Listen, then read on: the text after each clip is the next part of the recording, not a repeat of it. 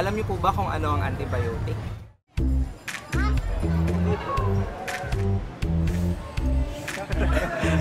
Hindi pa po.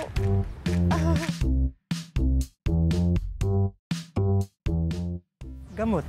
Gamot sa mga infeksyon.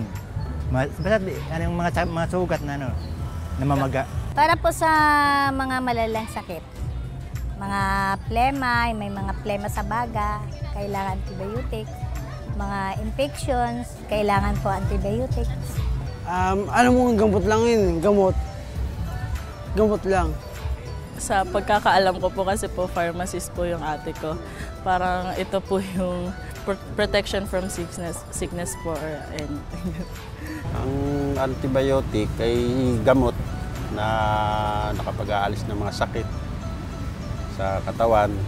Tulad po ng amoxicillin, gano'n. Kadalasan po niyang tinitake ay amoxicillin talaga. Pag mayroon lang po siyang ubo sipon. Sa mga maliit kasi wala na resita, basta sabihin mo lang yung pangalan, binibenta na nila. Minsan binibili ko sa tindahan lang, sa store.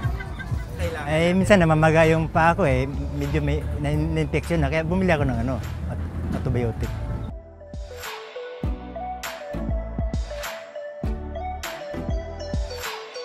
Opo, kasi po strict po yung ate ko po sa sa pagbigay po talaga. Kapag sinasabi niya po, kailangan makita niya na iniinom ko po talaga, tinitake ko po. Minsan, isang linggo, pagka hindi pa mawala yung sakit, minsan inaabot ng isang linggo, kaya 3 araw. Oo, tinitigil ko na. Bibili ako ng mga 3 piraso. Tapos once a day. Pag wala nang lagnat o wala nang ubo, titigil ko na yun. Hindi ko na painumin. Are you aware of antimicrobial resistance or yung AMR? Have you heard of it? No, I haven't heard of it. Hindi ko masyado, hindi pa ako nakasubok nun Hindi ko pa alam. Ay, hindi. Hindi po related. Ito po ay isang natural na proseso kung saan ang mga mikrobyo po ay nagkakaroon ng resistance sa mga antibiotic na dati namang epektibo laban sa kanya. Kung baga, mas lumalakas ang mikrobyo. Isa sa mga dahilan ng pagbilis ng pagkakaroon ng resistance ng mga mikrobyo sa mga antibiotics ay ang mga maling paggamit ng antibiotic. Halimbawa po, umiinom nito kahit hindi nireseta ng doktor, hindi sinusunod ang tamang paraan at oras ng pag-inom nito. Kung hindi po natin ito maitatama, maaari pong dumating ang panahon na wala na tayong antibiotic na magagamit kahit sa ordinaryong infeksyon. Okay. Ngayon po na alam nyo na ito, itutuloy nyo pa po ba ang maling paggamit ng antibiotic? Ay, hindi na. Kung hindi naman pala galing sa resita yung doktor. Hindi ko na po ulitin kung hindi naman po aangkop doon sa iniinom ng anak ko. Ay, hindi naman po. Hindi na. Kasi, siyempre, alam ko na masama. Kailangan, doktor mo na.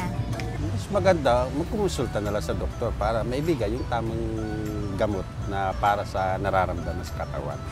Ano po kaya yung maipapayo natin sa iba pa na ganito din po yung ginagawang practice na masama pala yung bunga nun? Sana po wag na nila pong ituloy ang pagpainom ng antibiotic kung hindi naman po resita ng doktor. Para sa mga ibang tao na inom ng gamot na walang bisa, hindi gumagaling, dapat kailangan pumunta sa doktor. Pagbabawalan po silang magpainom ng hindi sinasabi ng doktor. Kailangan pa-check muna sa doktor bago antibiotics. Ang may papayo ko lang, ang maigi, mas maigi pang kumonsulta na lang sa doktor kaysa sa makikinig sa mga sinasabi ng mga kapitbahay.